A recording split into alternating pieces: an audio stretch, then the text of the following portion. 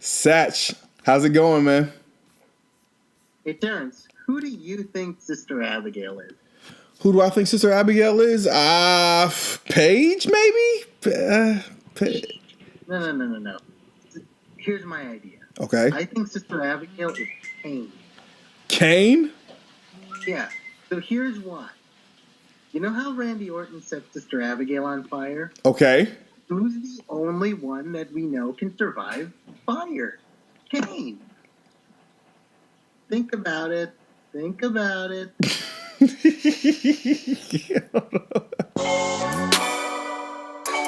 Yeah, you know, we're gonna get right into it. Look, heart blacker than my socks. The fan waiting for that drop. I haven't written in a week. Been double tapping like a creep. Saw colors with my last girl. With my new chick, I see the world. Yeah, she got me plotting. Maybe I should put a baby in a chick. Fuck happiness, I just like I'm pretty and I'm thick. Girl, you know that I'm back with it. Shouldn't have to say it twice. You don't have to love me. You just gotta act right. Yeah. Welcome back to Talkin Bout Wrestling. I'm your host, Terrence Williams, and guess what I am? I'm just like you. I'm a wrestling fan. That's right. This is a place for wrestling fans. It's a show by wrestling fans for wrestling fans. And guess what we're going to do? We're going to talk about some wrestling. If you like our opening song, that's Act Right by Thomas Legend. Definitely my favorite rapper right now. Big shout out to Thomas Legend for letting us use his song Act Right as the opening and the outro to our show. His music is available. You can find it on iTunes, Spotify, Tidal, Pandora, Amazon, anywhere you stream music, really. Anywhere you get music, you can find Thomas Legend's music. His album is called High, and you can find, like I said, you can find it anywhere where you get music right now. So go ahead and check that out. Before we get into it, thank you guys so much for your support, for listening to the show. Do me a favor and go ahead and hit the subscribe button, whether you're listening on iTunes or on SoundCloud or YouTube, wherever you're listening. Just go ahead and hit the subscribe button so that you get the automatic notification whenever the new episodes come out. You know, I want to keep this episodes updated and keep them fresh for you, so you're always in the loop with what I'm thinking, with what's going on in the wrestling world. Because if there's one thing about wrestling fans, we love to tell everybody else what we're thinking, right? I know. Me and Satch are going to dive into what happened at Hell in a Cell, what we liked, what we didn't like, what we thought of the show overall. And before we do that, I just want to touch on one thing that's really been kind of just occupying my wrestling attention right now. And that is the launch of Impact's Global Wrestling Network. Now, I know a lot of you guys are not big Impact fans, and it's understandable. It's been a poorly managed company, and we all know those stories and how they go. But the fact is that this company has a library of some really great stuff. A lot of people who you watch on WWE TV right now have extensive libraries of great matches in Impact / TNA / whatever they're calling it this week. And with the launch of this Global Wrestling Network, you know, it's a streaming service similar to the WWE Network, and they have archives of, you know, almost the entire history of, you know, the TNA product. And so I've just been diving into it a little bit. I'm planning on doing like a full kind of side-by-side comparison of the Global Wrestling Network to the WWE Network. So stay tuned for that. I think it's going to be a lot of fun. But I was watching something. I was talking with Satch as we were putting together Yes Please, No Please, Please Please this week. And Satch mentioned a really funny match from Slammiversary 2007. It was between Bobby Roode and Eric Young. And those are two guys who are, you know, doing big things on NXT and SmackDown respectively right now. And I went back and watched this match they had at Slammiversary 2007. And I was like, oh my gosh, man, these guys were doing such great work. And I'm just really happy that they're exist a place now where people can go back and watch these guys' old work, because they really did do some great fun stuff. And I'm just glad there's a place now where everybody can go and check it out and really, get to see how good these guys were, before they ever got to WWE, and get to see how their characters evolved. Once they upload, some of the newer episodes of Impact, you'll get to see Eric Young win a world title. And that was actually a really great episode of Impact, the one where Eric Young won the world title. And he had, a nice title reign. He was a fighting champion. You'll get to see Bobby Roode as the original incarnation of his character. You'll notice that the glorious character that he was in NXT is really just a rehash of the Robert Roode character that he was doing in TNA a few years ago. But that should not, that's not to deter you from enjoying, what you see on WWE TV now. But it really is, it's really just an encouragement to go check out, what these guys were doing when they were a little bit younger, and really just kind of testing out these characters and testing out, getting a feel for their wrestling style and all this other stuff. But there's a lot of great stuff so far on this Global Wrestling Network, and I can't wait to tell you guys more about it. All right, so without any further ado, let me bring in Satch so we can play the game that we love. Yes, please, no, please, and please, please. All right. Okay, everybody. I'm here with Satch, and guys, Satch and I have gone through great lengths to get a show together for you today. Satch, isn't that right? You have no idea. I stayed up past my bedtime. You did. You actually did. Me and Satch, we connected via Skype. Thanks to Skype for having a free video calling service. I mean, this is really like this is FaceTime before FaceTime. You know what I'm saying? Like, Skype, if you want to sponsor us, I will wear your logo on my back. No, not only that, he will let you shave the Skype logo into the hair on his back. If you want, that might be extra, but hey, we can negotiate. We're businessmen over here, okay? We can do anything. All right. So, Satch, let's just pick up where we left off last week. Hell in a Cell, did the show deliver for you? I would say yes. Now, it's obvious that the two Cell matches, Usos New Day and Kevin Owens Shane, were the two best matches of the show. But I thought it was an enjoyable show. I thought the rest of the show was enjoyable. Rusev versus Orton wasn't the greatest, but it wasn't terrible. AJ, I'm always happy to see AJ. I thought it was a fine match for what it was. What else we got? Natalia and Charlotte I wasn't totally into, but I didn't think it was terrible. Jinder versus Nakamura, the less we say, the better. Right. So, here's my main takeaway. My main takeaway from the pay-per-view is that it was pretty much a two-match show, right? The two Cell matches, I would say, over-delivered. They were absolutely excellent.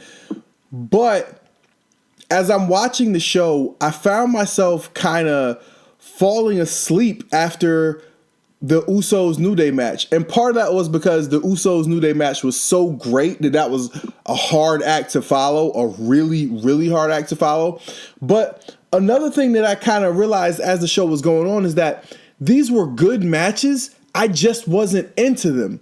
And so that kind of led me to this question, which is that, can you make up for weeks of bad storytelling with a pay-per-view full of excellent matches? Because Hell in a Cell was a pay-per-view full of excellent matches. If you look at the way those matches were structured, all of those matches were really well done. The US title match was really well done. I just didn't care, right? It was well done. I just didn't care. The women's title match, again, was well done. I just wasn't that into it. The Rude and Ziggler thing, that's been positioned as kind of a bathroom match, and so that's kind of how I felt about it. But Yeah, I mean, like overall, until we got to that, I was ready to check out and just catch up the next day until we got to the Shane Owens match, and then they just did such a good job, man, with that match, and I can't say anything that hasn't already been said about that match. It was absolutely excellent, but overall, that pay-per-view, I felt like was a pay-per-view full of excellent matches, most of which I didn't care about due to the lackluster storytelling on SmackDown. Yeah, and I think that makes sense. And it's something that I've been noticing going back and rewatching old pay-per-views on the WWE Network for $9.99. Ching! There are a lot of matches where in that moment or at that time, the storylines were bad, and we don't care about it. And we don't care about it. But when you read those best matches of 2005 lists, best matches of 1997 lists, right, and you go back and watch it without knowledge of this, like without the storyline in your mind, just watching the match for what it is, then you enjoy it a lot. I find myself enjoying it a lot more because I don't have any of the other stuff around it to put a bad taste in my mouth. Right. So you're right. A lot of the matches weren't bad, but for weeks we sat through Rusev and Orton leading nowhere. We sat through Natalya and Charlotte really just posturing and having Carmella and her pet Ellsworth get involved. And I don't want to, it feels bad saying this since I love AJ Styles, but it felt like AJ was just killing time for 7 weeks while we waited for a pay-per-view. Right. No, you're absolutely right. You're 100% right. And they threw Ty Dillinger in there, and it just, again, not that the match wasn't good, because the match was good. I just wasn't into it. And again, I'm not sure how you fix that. But maybe. By what? A better show, maybe? Oh, yes, exactly. That is how you fix that, actually. That's it. It's not that hard of an answer. It's not as hard as we were making it seem. So, yes, that is the answer. You fix it by having a better show week to week so that when we get to the pay-per-view, that we actually appreciate the payoff, where we're invested in what's happening to those characters. So I definitely think that's the answer. All right, final thoughts here? I will say this. Hell in a Cell wasn't a bad pay-per-view, and it did make SmackDown notable for the thing that happened at the end. Mm-hmm. But before we move on from this, I want to give a shout-out to the dude that was sitting on the front row, hard camera side behind the timekeeper's area. He snapped a fantastic photograph of Shane's fall onto the table. Oh, really? And with Sami Zayn pulling Kevin Owens off just inches before Shane's leg would hit KO's head. Wow. It really showed the perfect timing on pulling Owens off the table. Man, when I was looking at the replays of that, I gotta say, that was, I was just thinking to myself about the timing and getting that put together. And I'm thinking to myself, I'm like, yo, there is zero room for error on this. And I'm like, you gotta nail it. Like, you can't be a second late. If you're Kevin Owens, you can't wait for Sami Zayn to pull you up. You just gotta hope Sami Zayn is like getting his cue. And I mean, woo, boy, that was but that was an excellently done spot. And one thing that actually annoyed me about that match, when Kevin Owens climbed down the side of the cage to take the Shawn Michaels bump, as my man Brian would say, when the fans, there was like an audible booing coming from the fans, and I just wanted to slap them all in the face. I'm like, yo, I get it that you were looking to see somebody go off top of the cage, but I'm like, are you kidding me? Like, what, are we at a place where people are just so carefree with what happens to other people's bodies that they're just, they're literally going to boo somebody for not taking the bump off the cage. I'm like, come on, man. Like, to me, that's like there was something wrong there. So something about that just didn't sit right with me. Oh, one more other thing that really I think deserves note coming out of Hell in a Cell is that I happened to be scrolling Twitter late in the pay-per-view, and I saw a tweet from Rusev that said, "Smile, it's Rusev Day somewhere." That was awesome. Yo, Rusev is great, man. He doesn't get the shine he deserves. You know, there's this fan theory online. I don't know how much you want to believe it, or for you guys at home, tweet us your thoughts. There's this fan theory that Rusev is the ultimate babyface because he is the ultimate example of the American dream. He comes here from another country, works hard until he's one of the best at what he does, marries a gorgeous American woman, has a great sense of humor, has a great sense of humor, has an incredibly likable personality. It's just that he's been portrayed as a heel for the last 4 years.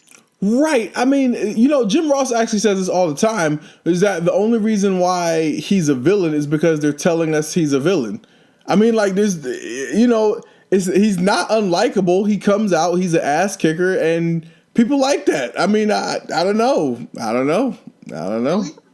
Go one step further and say that if it were Rusev who had beaten Orton for the title 5 months ago, I think the title picture wouldn't be as held in such low regard as it is now with Jinder. 100% right. Because people, I don't know. I don't know how anybody could not like Rusev as a performer. Like, Rusev has every quality that you want out of a top quality wrestler. And not only that, he's shown every quality that you want out of a WWE superstar, right? I mean, he's entertaining, quote unquote. Like, he can do the funny stuff. He can do the menacing heel stuff. I don't know what else you could want. I mean, he can perform well in the ring. So, if Rusev were the WWE champion right now, I think we would be enjoying Rusev's title reign. That's what I think. But I'm on the Rusev bandwagon. I want to see him get the title at some point. Speaking of titles and who does and doesn't have these titles, a recent former champion has been in the news the last couple of days, and that recent former champion is none other than Neville. So rumors began surfacing the past few days that Neville is upset with WWE and he has actually asked for his release. Now, Satch, you got your ears to the streets on this thing. What have you been hearing? All right, so it seems like the Neville level may be leveling off. So Neville was not part of the weekend tour, and he was not at Raw. He was not at Raw this past week. He was not on 205 Live either. And that's when a lot of stuff started to happen, started to leak that he had walked out of the show. There are some different examples, some different rumors floating around there, and I'm just going to float them out there for you guys. One is that he found out that he was booked to lose to Enzo in a non-title match cleanly, and he was upset. Another story has him being upset that the cruiserweight match at WrestleMania was on the pre-show, meaning that Neville and Austin Aries do not get royalties from the sale of WrestleMania 33. Well, they just get royalties from when people watch it on the network or from when the DVD is sold. And this is relevant because WrestleMania is WWE's most popular DVD every year. Right. Before I move on, the royalty issue was one that Austin Aries cited when he walked out of the company. Another one is that Neville wanted to move on to the main roster, and WWE shot that down. Another theory is that this whole issue that's going on with Neville losing the title and stuff is the straw that broke the camel's back, but not the real thing that Neville was upset about. Okay. Now, I don't know what. Now, if there is a real reason why Neville's upset, I don't actually know what that is, but I think there's a combination of a lot of it. I think there's the money. I think maybe the cruiserweight label has put a glass ceiling over him. I think part of it is that he wants to move on to something. He wants to move on to something bigger and to be maybe perhaps paid a little more, but it's hard to tell. It's going to be hard to tell until somebody is willing to speak on the record. Right. So I think from what you were saying, right? What you just said sounds like a soup of a bunch of different reports, and usually whenever something is a soup of a bunch of different reports, it's usually it's a bit in piece from all of those things, right? Like each one of those things has a little bit of validity to the point where you could listen to it and be like, well, that sounds believable, right? The thing about the royalties, that makes sense, right? I mean, Austin Aries and Neville went out and put on a great match on the WrestleMania pre-show, and of course, right? Like, I mean, who wouldn't want to get, if this is the time of year when the royalties start coming in from WrestleMania, and you notice that all the people around you are getting their like royalty payments, their royalty checks, and you're being excluded from that, I can obviously understand why you're going to have a problem with that. Who wouldn't have a problem with that? So, you know, that definitely sounds like a feasible theory. You know, as far as wanting to move up, listen, whenever I hear guys like Jim Ross and Stone Cold Steve Austin talk about things like people being upset, they say it always comes down to two things: cash and creative. And to be honest, everything that you said falls under those categories between the pay and what you're going to be doing creatively. So listen, it's probably, you know, some combination of all of that, and even some stuff that we haven't heard yet. So, you know, if he really is unhappy, then, you know, I don't know. I mean, I think the burning question here is it more important to be happy with what you're doing, or to be making great money? Because, you know, look at guys like Carl Anderson and Luke Gallows. Like, they could very easily be happy with what they're doing, being big stars over in New Japan. But I'm sure they're making great money in the WWE, being less than stars, shall we say, right? So yeah, I mean, it's a career question that I guess everyone has to ask themselves. Unless your name's Roman Reigns, but everyone else has to deal with, you know, balancing. Am I happy just being a cog in this wheel, or do I want to go try to be a star somewhere else and probably make less money? So, you know, it's a tough thing. Where do you see this? How do you see this playing out for Neville? Well, I think the real heart of the issue here is that we're seeing the end result of WWE signing more than 100 talented, like very talented people. And I think this has manifested itself with both Austin Aries and with Neville.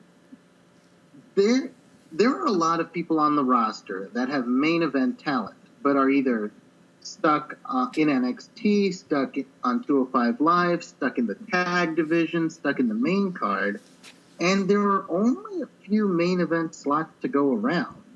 And most guys who are talented enough to be main eventers in other companies just aren't going to get those main event opportunities here unless half the roster gets injured. So Neville and Aries, I think Neville is going to follow the Aries path. Aries' non-compete clause will expire next month, and meaning that he can now wrestle. He can wrestle elsewhere. And Aries and Neville are two guys that can command the high that can command high end of indie salary. They can make. I don't know what they're making in WWE, but they can make probably mid card WWE money by working for a variety of other promotions. That's interesting. Yeah. And I mean, to be honest, where they were slotted in WWE, they probably weren't making, much more than that, right? Yeah, because I figure they're stuck on WWE's C brand, meaning that they're not going. You can rule out making Raw or SmackDown main event money. Right. Maybe they were making what a mid-carder on Raw or SmackDown would make, or what a main eventer in NXT would make. I'm not 100% sure. I hate to say it because Neville was one of the better booked heels this year, and Neville was incredibly impressive both in NXT and on 205 Live as a face and a heel, but I think his time is over. So you think Neville's definitely moving on. I'm going to come back and touch on all that stuff you just mentioned. But you put something in my head. You said that Austin Aries' compete clause is up this month? Next month in November. Like at the end of the month, midway through the month, at the beginning of the month? I don't actually know the specific date, but I know from Twitter he announced that he's having a match against Ricochet at some company's event. Don't know off the top of my head. Listen, I can't help but think to myself, if his contract is up at the beginning of the month, the chances of him showing up at Bound for Glory in Ottawa, Canada on November 5th got to be through the roof. Ooh. Does Canada sell bananas? Yeah, potentially. But I mean, like, the way I'm thinking about this is, if Impact is partially going back out on the road, and when I say partially, for anybody that hasn't heard, they're going to Canada to have Bound for Glory, which will be live, and then they're going to be doing, I think, a few nights of shows out of that same building. Well, if I'm doing something like that, then the idea of having a talent that people haven't seen in a while, that they can come out to see exclusively, on my show, that sounds like a big draw, right? That makes a lot of sense. I'm already now that you put the bug in my head.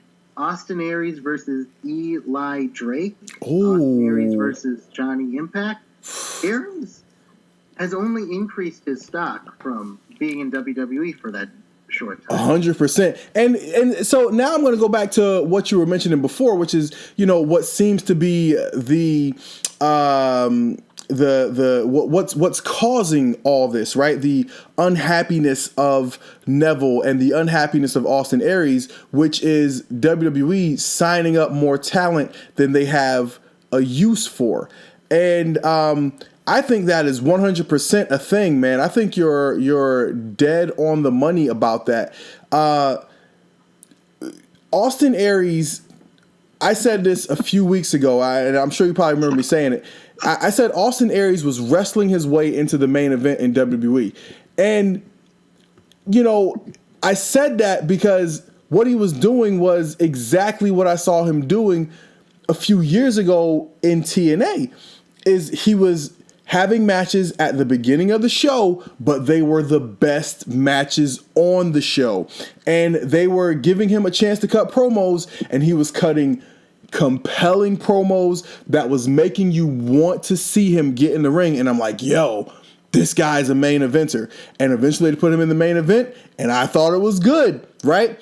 And this is the same thing that I saw happening when they had him do his program with Neville. They were having great match after great match after great match. And every time they gave Austin Aries a chance to talk, he was saying something that was making you want to see him get in the ring. And I'm like, yo, this guy is working his way up the card. And, obviously the problem here in WWE is that there is there's a glass ceiling, man. Like if everyone says the same thing. There's one guy who's in charge, and if he doesn't see you as a main eventer, then you're not going to be a main eventer. Just ask Cody Rhodes about that, right? So what you said about, everybody, signing with WWE, I think you're dead on the money, man. Like, they signed up a bunch of UK talent that they've done nothing with, right? They signed those guys up because that World of Sport show was going to come back. And, if you'll remember correctly, Impact was doing very well in the UK market. Impact was going out. They were playing the O2 Arena and all of those. They were playing Wembley Arena. If you look a few years ago at those Impact shows, they were drawing very well in the UK market.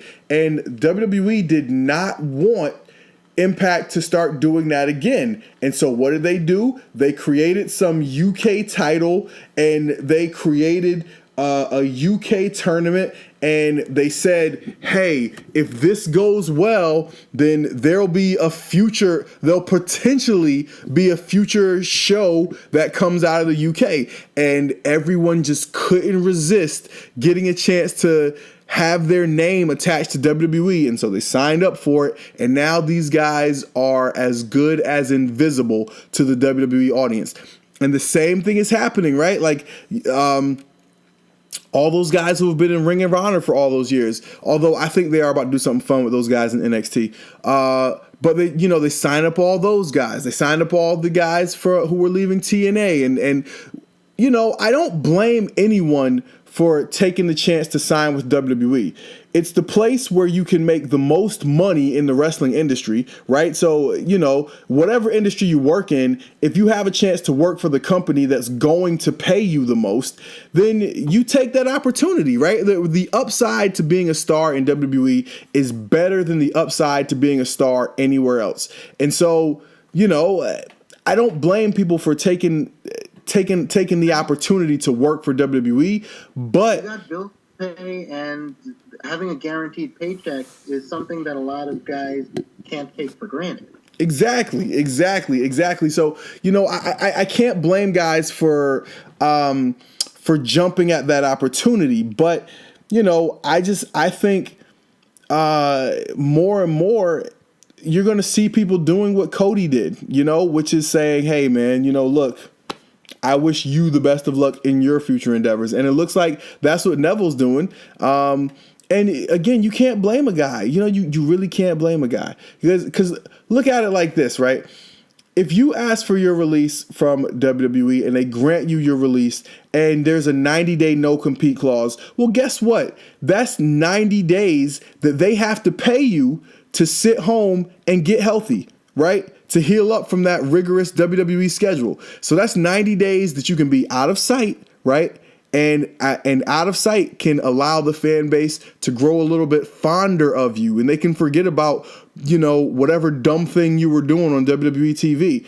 And then you pop back up, and suddenly you're on the indies and you can command a big payday because you were on WWE TV. So I really don't blame, any of these guys who want to test their fortunes back out on the indies. The problem is when you're a guy like Apollo Crews, right, who's been reduced to jobber status in WWE, and I don't know if he can go out and command a indie payday, right? Because what's the last thing you saw him doing is, dancing around, not dancing. He hasn't been dancing around, but exactly, right? So I think if you're one of those guys where it's like, you have to make a choice of, I'm going to go take my chances on the indies, but you have to do that before your brand gets so damaged on TV that you can't make any money on the indies.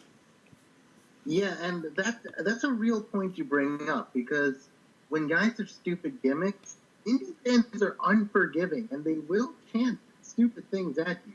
When CJ Parker left NXT to go, when CJ Parker left NXT for the indies, they were chanting all sorts of hippie and eco douche stuff at him. Right. And eventually he worked with it and was able to promo back at the crowd to earn a little bit of respect. But that having a poor gimmick can be something difficult to come. Right, exactly. And so, again, Austin Aries, he, if correct me if I'm mistaken, but I think Austin Aries asked for his release right after he finished his program with Neville, and as soon as he probably got the word that he wasn't going to be getting to do something better.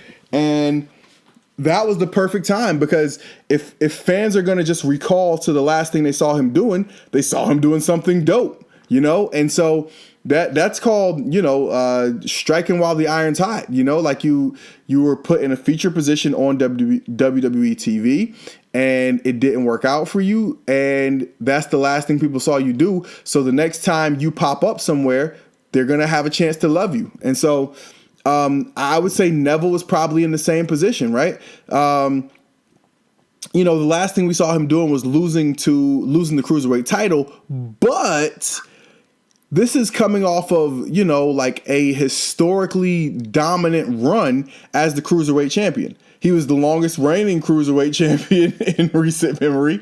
And when he had that title, he was an absolutely dominant champion. So if Neville has decided that he wants to go back out and hit the Indies, I would say there's no better time than right now. And again, if they're going to hit them with that 90-day no-compete clause, then that's 3 months from now. What would that be? January? Right. So it's early October right now, right? So November, December, January. That would free him up in mid-January. And so, who knows what the landscape's going to look like in mid-January? So, listen. I don't know, man. I can't blame the guy. I really can't blame the guy. I think it takes guts to walk away from a guaranteed paycheck every week, just like you said. And if people are willing to bet on themselves, then, more power to them.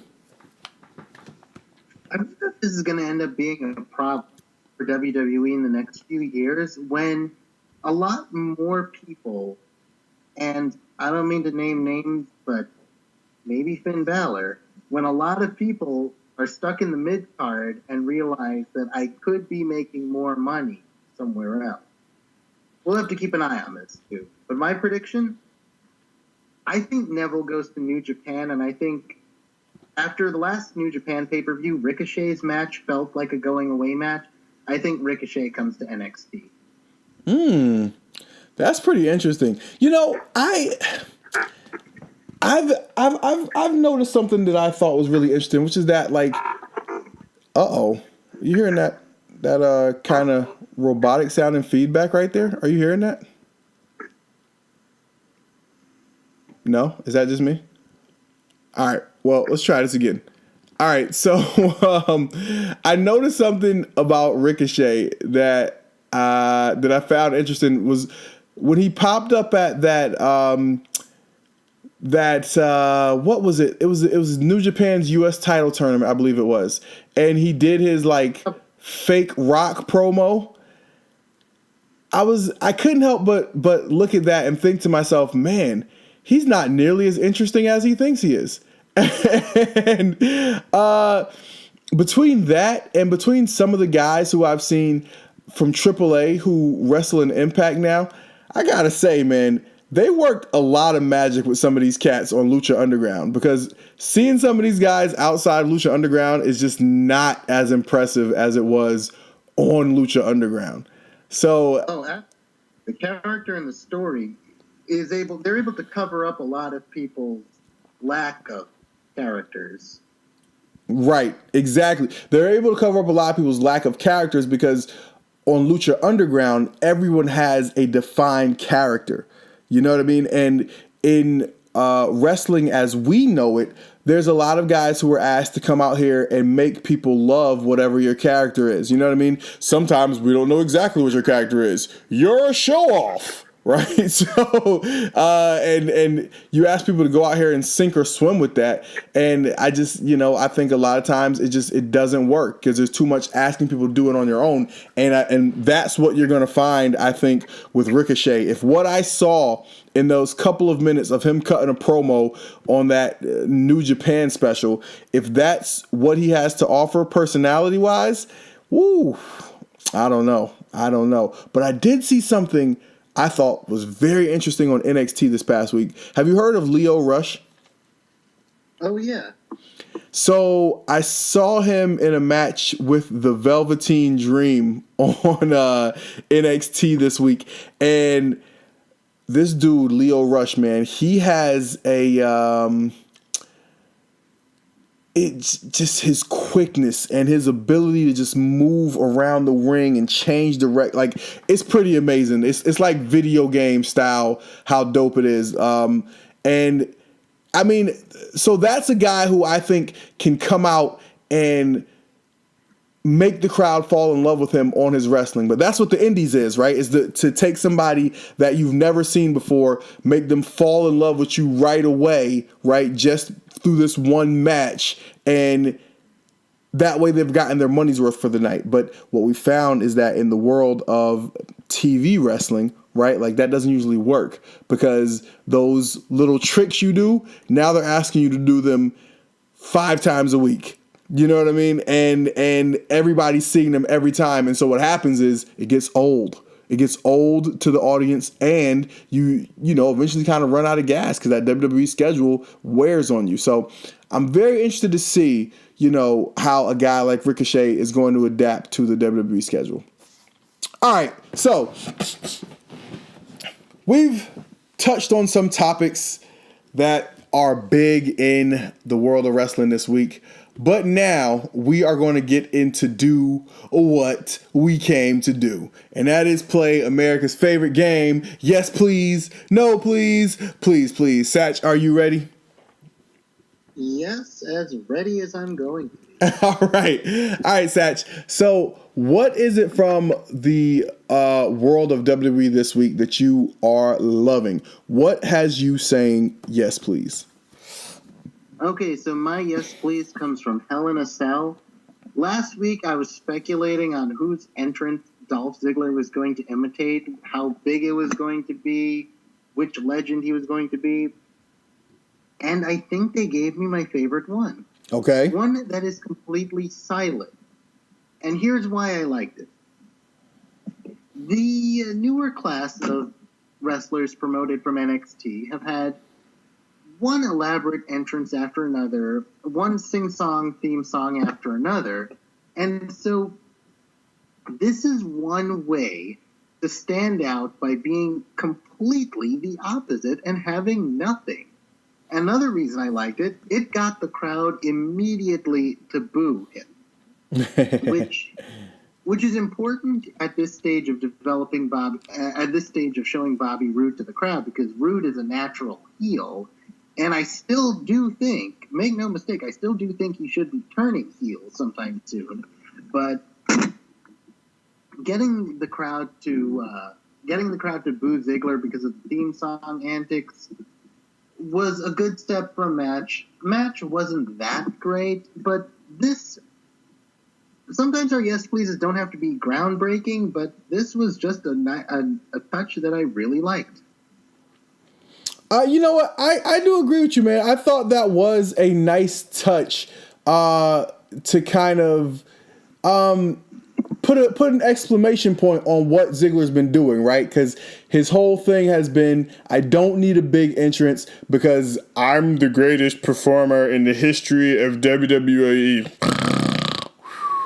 That wasn't an Ultimate Warrior snore. That was me falling to sleep. Okay.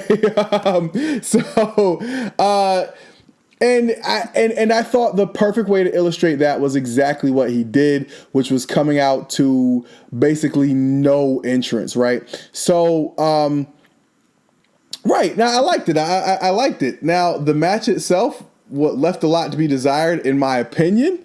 So, whatever, right? I mean, like, I'm sorry, dude, man. Like, I don't want to diss Dolph Ziggler because I don't know, is it really worth dissing Dolph Ziggler? But I don't know, man. Like what's left to say, right? Like what's left to say, man? What's left to say? Who cares about Dolph Ziggler? Who cares? Who cares? Do you care? Well, yeah, kind of. If he's gonna be on TV, I'd rather it not be I'd rather it not be like a gender promo. Okay. So if your options are Dolph Ziggler or Jinder Mahal, you'll take Dolph Ziggler. That's the point we're at with the title. I think that says everything that we need to say about where Dolph Ziggler is. Okay. So my yes please for this week is all right. So my yes please is a little bit, I'm gonna take you guys on a little bit of a ride here, okay? It's the one last ride. No, not the last ride. There'll be many more of these. But so a lot of times a guy is positioned as a top character in WWE, okay? And even though someone is positioned as a top character, it's often not until a little while into their run as a top character in which they actually appear to be someone who has like a true command of the audience and someone who has true presence and someone who you really care, like what's going on, what are they doing, and are they quote unquote the guy, right? And this week I would say the guy became the guy, and not just the guy in WWE. I think this week Roman Reigns ascended to what I'm calling the leader of the new school. I think that this week Roman Reigns became the guy that has taken the reins, no pun intended, of this current generation of WWE superstars and wrestlers in general and said, I'm going to be the guy to lead the way, follow my moves. And there was two things that happened that made me say that this is what is taking place. The first thing was, and I don't know if this happened this week, this may have actually happened last week, but I actually just found out about it this week, was there was an interview that Roman did, and he was talking about what his status and what he's trying to do as a performer and as a top guy. And what he was saying was that the industry needs things that are going to push the industry forward, push the business forward. And he made the comment, he said, we don't need guys impersonating DX and the NWO. We need people that are going to be doing stuff that's going to be interesting and new and stuff that's going to push the business forward. And of course, the oversensitive Young Bucks and the fans of the Young Bucks who get offended by anything that's said that's not, oh, the Young Bucks are meta, they're great, and super kick party. And so the group of people who fall in that category were wholeheartedly offended by this. But what Roman Reigns said was 100% true. He was dead right about that. Again, people can be offended because they like the Young Bucks, but they can't say that what Roman Reigns said was wrong, because it wasn't. What the Young Bucks do is great for them. They're obviously making a lot of money. That's what everybody says. And they haven't signed with WWE. They don't look to be begging to sign with WWE. And so, they're obviously doing well. Great for them, right? There's a lot of people who like their shtick and buy their merch, and that's what counts, what's going in their bank account. And so good for them, right? Good for them. They're making money. But are they pushing the wrestling business forward? No. Are they pushing are they pushing character development forward? No. And that's the thing that I've always said about the Young Bucks is like, I get it. It's just not entertaining. People always want to say you don't get it. No, I get it. I get it. You're playing wrestler. You're playing DX, and you're making fun of super kicks because you do 40 super kicks a match, right? Like, so I mean, like, I get it. It's just not entertaining to me. And apparently, I'm not the only person who thinks that way, right? And so I appreciate Roman Reigns for saying that because, again, what he said is dead right. The bleeding over of this indie style into WWE is killing WWE because it's not, when you got people who feel like they need to go out every match and steal the show, that doesn't work when you're doing when you're doing TV wrestling that's designed to tell a story that builds to a big match at like a pay-per-view or something, right? Like, so that doesn't work like that. And so that's why what the Young Bucks do, that indie style, it doesn't work for TV wrestling. It's not pushing the business forward. It's not pushing the industry forward. And so Roman Reigns was dead right about what he said about the Young Bucks. Now, the other thing that Roman Reigns did that I thought was just, I just thought it was great was the Shield had a great night coming back on Monday Night Raw. We're going to talk a little bit more about this later, but the Shield had a great night coming back on Monday Night Raw. They just did all the right things to make them look like somebody who the fans care about. They did all the right things to make them look strong, and it was done perfectly. And then in the back, now as fans, we were all kind of willing, and I hope I'm not stealing your thunder here talking about the Shield here, but as fans, we were all kind of willing to take this ride with the Shield just for the nostalgia pop, right? Like, even though it's not new, it's like I tweeted, this was the reunion I didn't even know I wanted, right? Like, I wasn't into it when it was Dean and Seth, but once they came full circle and decided they were doing the Shield reunion, I'm like, okay, this is kind of hot, right? And so as fans, we were all like, okay, we're just going to take this ride and see where it goes. But when they did a backstage interview, Roman said, Dean said his little part, Seth said his part, and then Roman said, what this is about is, and he looked dead in the camera when he said this, he said, this is about proving that we are the three workhorses that run this business now.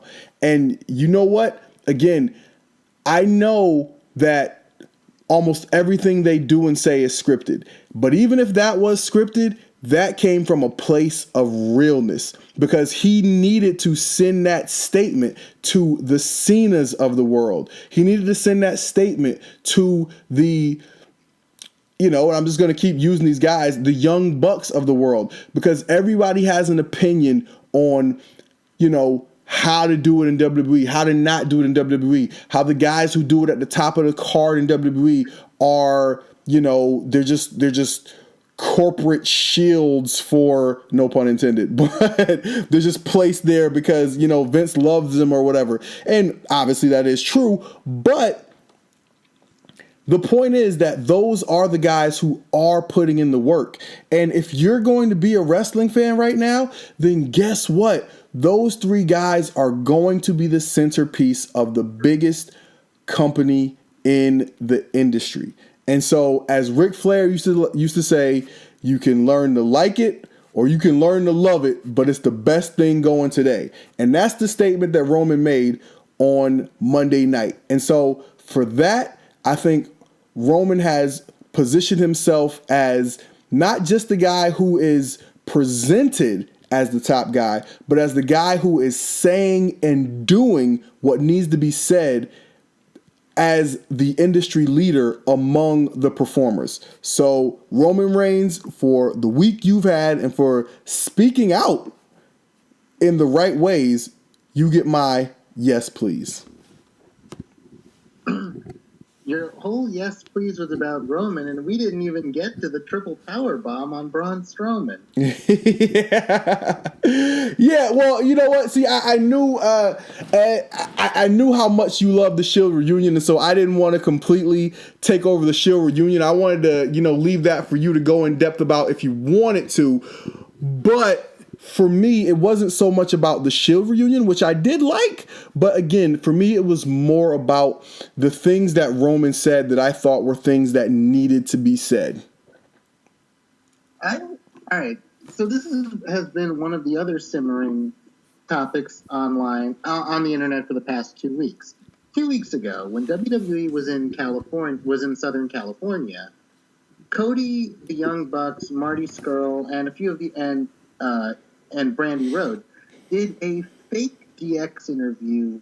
In a fake DX invasion of a WWE live event, which for an episode of Being the Elite, which was probably the funniest episode of Being the Elite so far. But there was one crack that they made. They were doing a copy of when DX was making fun of WCW for giving out free tickets. They made a crack about how WWE was giving out free tickets to either Raw or SmackDown. And if you believe the rumors online, that joke was the one that got WWE's attention, leading to the Roman stuff, leading to the storyline cease and desist becoming a real life cease and desist. I'm actually kind of surprised that is what it took to get WWE to start making indirect statements through their characters, because WWE spent over a decade not acknowledging TNA's constant shots at WWE. So I'm curious.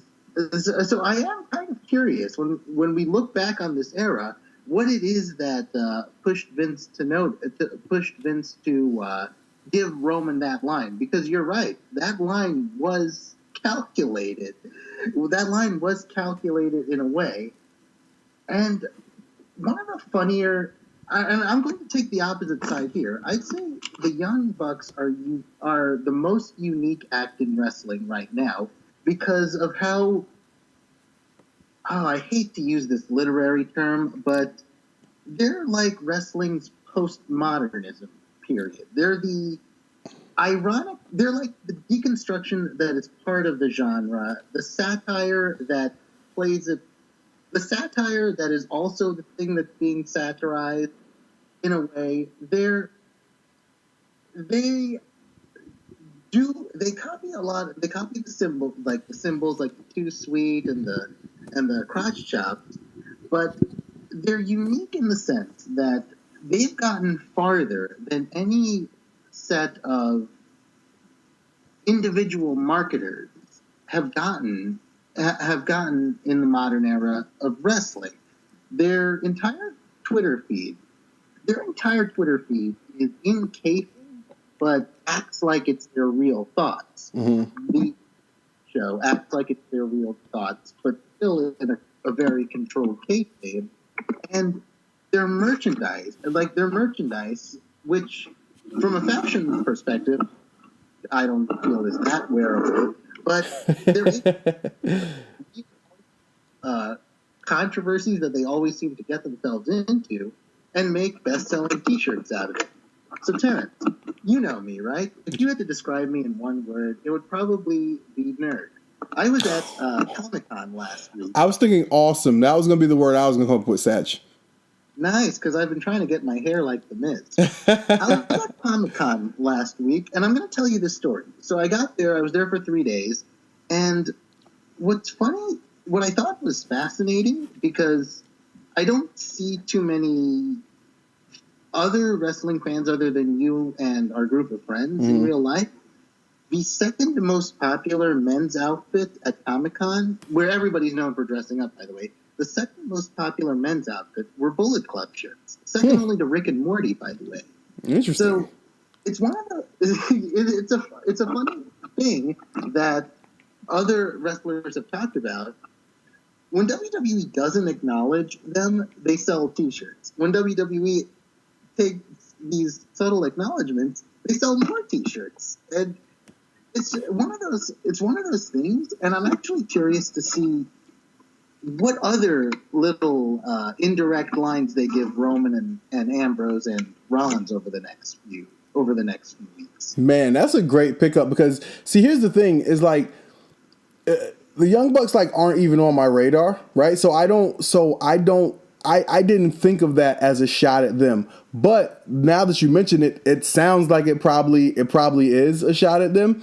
And like you also said, that is a credit to them and their visibility.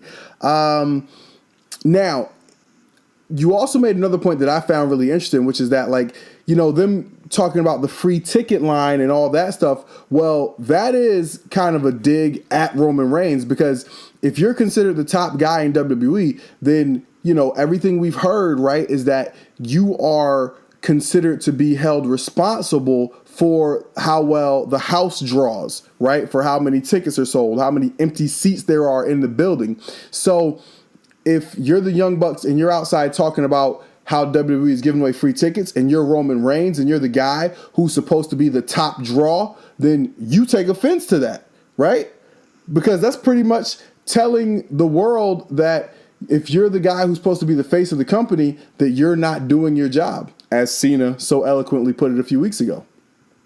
Yeah, especially if it would be fodder for a Roman and Cena part 2, because the crux of that storyline was that Cena's still here because Roman couldn't get the job done. Right.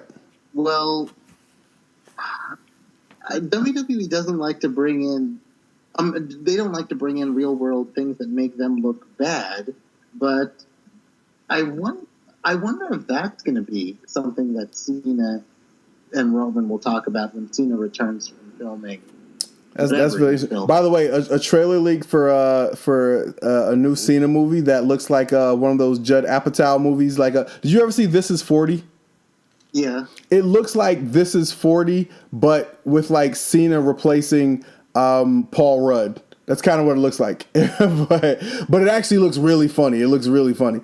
Oh God, you got me off track there. Okay, so all right, we're gonna cut that off there. So we talked about what I like, we talked about what you like, but what didn't you like? What did you see from WWE this week that has you saying no, please? Oh boy, Terrence, everything in WWE had me saying no, please. I'm exaggerating. Okay. But there were a lot of options here. I could have taken Jinder versus Nakamura. I could have taken a bunch of stuff that happened on Raw, but I'm gonna go with Enzo losing the title to Kalisto. For the last 3 weeks, I have raved about how this is my favorite storyline going on in WWE, and this title change makes no sense to me because aren't we like Enzo? We were setting up Enzo to be the annoying heel champion that nobody could get their hands on, terrorizing. That's terrorizing and annoying the rest of the division. And then he just loses it in the one match. Right. The match wasn't bad, by the way. Like, it was actually one of the... Wasn't that his first title defense? Yeah, that was his first title defense. Jeez. I mean, it's setting up... I mean, it does play into the story that he's worse than everybody else. Right. But this just feels like one of those things where Vince wakes up and says, hey, we need to shake something up on the show. And they pick that to shake it up. I loved Enzo's argument with Kurt Angle. I liked the Lumberjack match for what it was because it helped everybody's personalities at ringside shine. But Kalisto is the new champion, and Kalisto has less of a character than Arya Daivari. Yeah. I don't like this title change, and my confidence in them going forward for the next couple months is shaken. So I don't think Kalisto is going to keep that title long. I think that I think that using Kalisto was just a way to get out of Enzo's "nobody can touch me" contract. I think that was just a way to kind of get out of that. Because think about it, right? So Enzo had the thing where he's like, nobody can touch me. Then everybody touched him, and so in theory, you would have had to kill the show, right? Because nobody could challenge him for the title. So you have somebody come in and take the title off Enzo. Now all those bets are off. So in theory, if Enzo were to get the title back, though that stipulation wouldn't be back on, right? Like, I mean, it would just be like, okay, that was for that title reign. So I don't know. I'm not too bothered by it. But yeah, it's just the most famous thing Kalisto's done recently is get thrown in a trash can by Braun Strowman. So, I don't know what that says about your title, right? That guy comes up and is winning the title on his first night as a member of the division. So that wasn't a really good look for anybody. I'm with you on that. All right. So my no please for this week is coming from the Raw women's division. And my no please is poor Emma. Poor Emma. They tried to stick her with the Emelina thing, wasn't working. When, by the way, Eva Emma was really, really good. Evil Emma that she was doing at NXT was really, really good. Then she got hurt. And, they tried to give her the Emelina thing, wasn't working. Then she came back. She's been campaigning. They gave her new music, which felt like, she was going to kind of get a push. But the problem with the new music is that her evil Emma music was really good. It fit perfectly, had her whole entrance. The way she would move and strut and everything was all timed up perfectly to that music. I wonder if she even knew she was getting new music before she showed up and had new music. And she finally gets a big win on Monday Night Raw. And she finally gets a big win in a match that included Bayley and Sasha Banks. She finally got her big win on Raw. And do you know what she won? She won a first-class ticket to a match with Asuka at TLC. Yeah. I mean, I was going to guess cake, but I guess yeah. I guess she got a much worse prize. Yes, no, she did not win cake. She, after her match with Asuka, she may only be able to eat cake. Cake, cake and ice cream in a blender of some sort. Because she's encountered Asuka before in NXT, and it was not pretty. Asuka is a stiff worker, as the boys say. And Emma got her win just so she can, be a sacrificial lamb to Asuka. I really hope that they do Asuka right when she comes to Raw. You know what I mean? Like, I hope they can present this character as the dominant athlete that she is, and they don't have to make it all about her being Asian. You know what I mean? Like, I hope they don't have to try to make this all just put her into some sort of race box because Vince McMahon thinks that's the only way that the white audience can accept her. So, I hope that's not what they do, because Asuka is amazing, man. She's amazing. She's a great performer. And she's gonna kick Emma's face in at TLC. So yeah, Emma, just keep your head up, I guess. Emma finally getting her big win on Raw just so she can get fed to Asuka. You get my no, please. I'm glad you brought up that point about hoping that Asuka doesn't get put in a box, because somebody brought this up on the internet. Out of all the recent Japanese signings in WWE, only one of them is fluent in English, and all they have him do is yell ah over and over. So WWE had a shaky thing going. Yes, very much, very much. Not very racially sensitive over here. Okay. All right, Satch. So we heard what you liked. That was your yes, please. We heard what you didn't like. That was your no, please. But like all wrestling fans, a big reason why we keep watching is because of what we're looking forward to and what we're hoping to see. So, Satch, what are you hoping to see? What is it in WWE that has you saying, please, please, show me this? Please finish the United States title feud and send AJ Styles to the main event. This has been one of my pocket causes for the past few months. AJ has been done good work with the U.S. title. He's had good matches with Kevin Owens. He's had good matches with almost everybody he stepped in the ring with. But we need some star power. We need something compelling in the main event. And AJ is the guy to go to the main event, take the title, and take us into the Survivor Series WrestleMania season with a compelling title feud again. Now, I believe AJ had his rematch on SmackDown. Corbin wins again. This should hopefully close the book on that and send AJ on to bigger and brighter things. Yeah, I mean, we can only hope so. WWE has an amazing ability to not make me care about performers. I mean, maybe it's because there's so much programming and, each performer can just get lost in the sea of crap that we have to filter through to find something that we actually care about. But, I watched AJ Styles for years in TNA. I paid attention to what he was doing when he was in New Japan and ROH. And amazingly, man, like once they brought him onto SmackDown and had him doing this back and forth feuding with Kevin Owens that just did nothing for me. I'm not going to say I stopped caring, but I don't care, right? I mean, it's not that I don't care about AJ.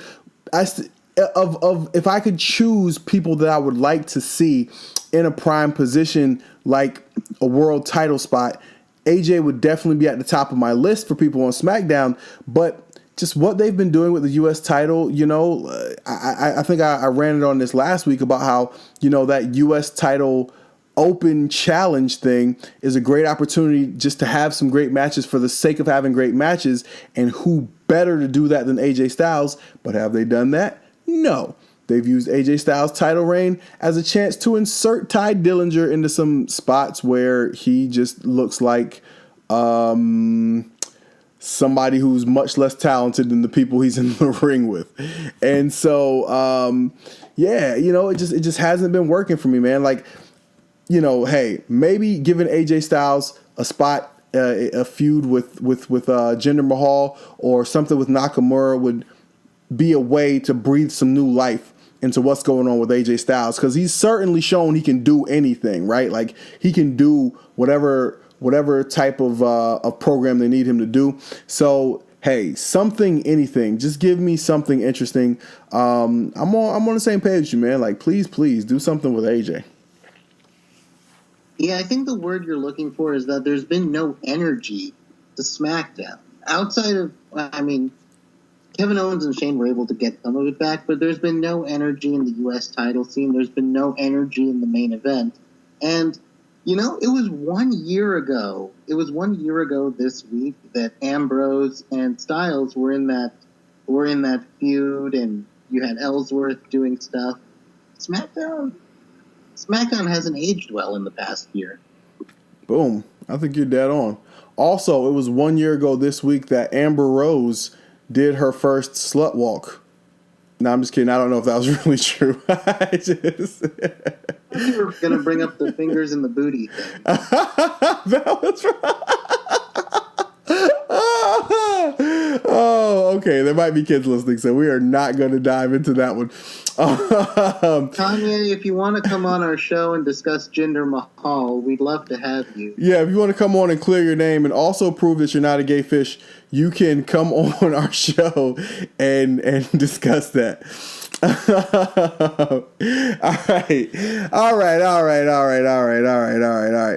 All right. So My please is a bit of a broad view topic. Now, Hell in a Cell was better than expected. It delivered. TLC, we're gonna see, right? TLC always feels like complete overkill to me, but it's our 20th pay-per-view of the year or something like that. So I don't know. At this point, I don't know. But I am excited to see Asuka. But the thing that we really need to know is, where are we going with Survivor Series? That's the thing that we got to figure out. And so, with the Shield coming back together, that obviously leads to a great opportunity for them to be the featured participants at Survivor Series. But we know that Survivor Series is going to be a co-branded pay-per-view. So you ideally would want to integrate SmackDown into your main event as well. So I'm very interested to see how this is going to play out. Oh, you know what? I think I just figured out how this is going to play out. Okay. The Survivor Series main event is going to be a 5-on-5 Survivor Series match with the Shield versus the Shield, the team of the Raw team consisting of the Shield and the Miz and Braun Strowman versus the SmackDown team. But that's where I struggle, is who the hell would be on the SmackDown team? Like, who's even on SmackDown that anybody cares about right now? That's gonna be tough. The SmackDown team would be Randy Orton, Rusev, AJ Styles. Oh God, Jesus. Woo. I mean, we need some baby faces that people actually like. Jinder, you gotta put Jinder on there, right? And Nakamura. There you go. There's your Survivor Series main event. It's what a collection of people. Wow, man. Wow. Yeah. I think that's it right there. So now here's the question, is how do we get there? And that leads me to my please. Listen, we've got about 3 months between now and the Royal Rumble. Probably even a little more. It's early October. We're getting to mid-October. And the Royal Rumble will probably be near the end of January. So I'm saying, listen, we've got, we all know that the Royal Rumble is the official kickoff to WrestleMania season. And so Survivor Series is the last kind of major pay-per-view event between now and the Royal Rumble, when WrestleMania season kicks into high gear. And all I'm asking is, don't mail it in. Give us something memorable. I just talked you through what can be a Survivor Series main event packed with star power. Now, what you have to do is give us an interesting way to get there. And so I'm saying, SmackDown writing team, Raw writing team, please make the build to Survivor Series interesting. I mean, when WWE really tries, they can make Survivor Series compelling, especially after we spent almost a decade in the 2000s with them not caring and just throwing 10 people who had nothing to do in a match together. But they've been able to make it compelling last year. They made it compelling during the Sting year. I want to see, last year, even though there weren't any stakes, it felt like the battle for Pride was a real stake in there. So I'm looking to capture the magic that they had last year at Survivor Series. And remember last year or many months ago when we did the show, we were debating whether Survivor Series even had a place as one of the big four. When they put on, if they can put on a fantastic 5-on-5 match, then this is, if they can do it well, then this is the unique draw to steal its place in the big four, especially when Money in the Bank and Hell in a Cell are gaining on them. Yeah, I don't think Hell in a Cell is gaining on them, because I don't. I think Hell in a Cell, to me, is overkill. Like, it just is. Like, I think Hell in a Cell has an opportunity to be something special, and you should continue to keep it as something special by just having like a blood. So Hell in a Cell worked out perfectly this year because you had the Usos and the New Day, who are an excellent tag team in any situation you give them, and you just knew they were going to be great at this. And not only that, they had the history to say that this Hell in a Cell feud was, the match to end it all, right? And then you had Shane and KO, who were having such a personal feud that it made sense to throw them in Hell in a Cell. I don't think you can duplicate that on a year in, year out basis. And you're going to have a lot of years where you're just having Hell in a Cell matches for the sake of having Hell in a Cell matches. But I do think Money in the Bank could surpass Survivor Series as the fourth major. If you make that a co-branded pay-per-view, you make the Money in the Bank match with people from both brands, and you know what I mean, leaving that up in the air as to who's going to get that briefcase. I think, beautiful things could happen there. So, last thought on this? Hey guys, what do you want to see at Survivor Series? And who would be your dream 5-on-5 teams? Tweet us at Satch and Dave C. Tweet us at TW Talking Bout with your teams, and we'll read them on the air. Nice. So, Satch, any other things in the world of wrestling kind of burning you this week? Yeah, so this past weekend, New Japan ran their King of Pro Wrestling pay-per-view, which is traditionally one of the spots where they like to test out people in the main event, in the two main events. And also, if you remember our G1 episode, this is where the G1 holder defends his title shot. Right. Tetsuya Naito successfully defended his title shot against Tomohiro Ishii. Okada successfully defended his title against Evil, and I got the sense that Evil was the guy they wanted to test out in the main event. Like, they see star potential and they want to see how he does in his first title shot. So our main event for Wrestle Kingdom is set. Tetsuya Naito versus Kazuchika Okada.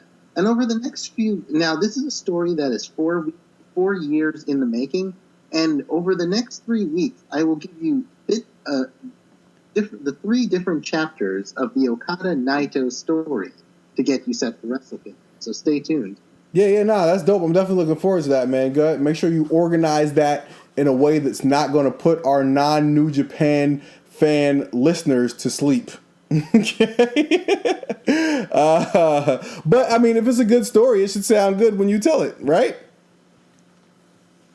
Speaking of sleep, I'm around headed there too. All right, man. Satch, thanks for joining us. Everybody out there, thank you guys for hanging with us, and we will see you guys next week. All right, guys, so that was a fun little show we put together for you. Me and Satch actually, like I said, we kind of really went out of our way to make sure we got a show put together for you guys this week. So I really hope you guys enjoyed it. Make sure to let us know what you think. You can tweet me at TW Talking Bout. You can tweet Satch at Satch and Dave C on Twitter. Again, like I said at the beginning of the show, make sure that you subscribe, whether you're listening on iTunes, on YouTube, on SoundCloud, and make sure you share it with somebody who you know who's a wrestling fan. I know there's so many more wrestling fans out there, and we want to bring them into the conversation. Always tell a friend to tell a friend. Like I said, I can't wait to really dive into this global wrestling network and give you guys a nice comparison so you can look at it, kind of side by side to the WWE network and see if there's something you might like to try. I might actually throw out a nice little jewel, a nice little impact match of the week, something you guys can check out on the Global Wrestling Network. That might be a fun little thing that I do. But yeah, man, I appreciate all you guys so much. Thanks for, all the tweets, all the comments, all the likes, all the shares. And yeah, that's our show for this week. Thank you guys once again. We're going to be back next week with another show. And yeah, in the meantime, be easy. And mama told me I'm a superstar. She did. Yeah. My aunt said I got the cutting edge. So I guess it's only right I take a decade of decadence, 4 more years, then it's Kanye West for president. You know that I'm a man with it. not to say it twice. You don't have to love me. You just gotta act right. Yeah. I don't fall in love though. Every night gonna be a fun night.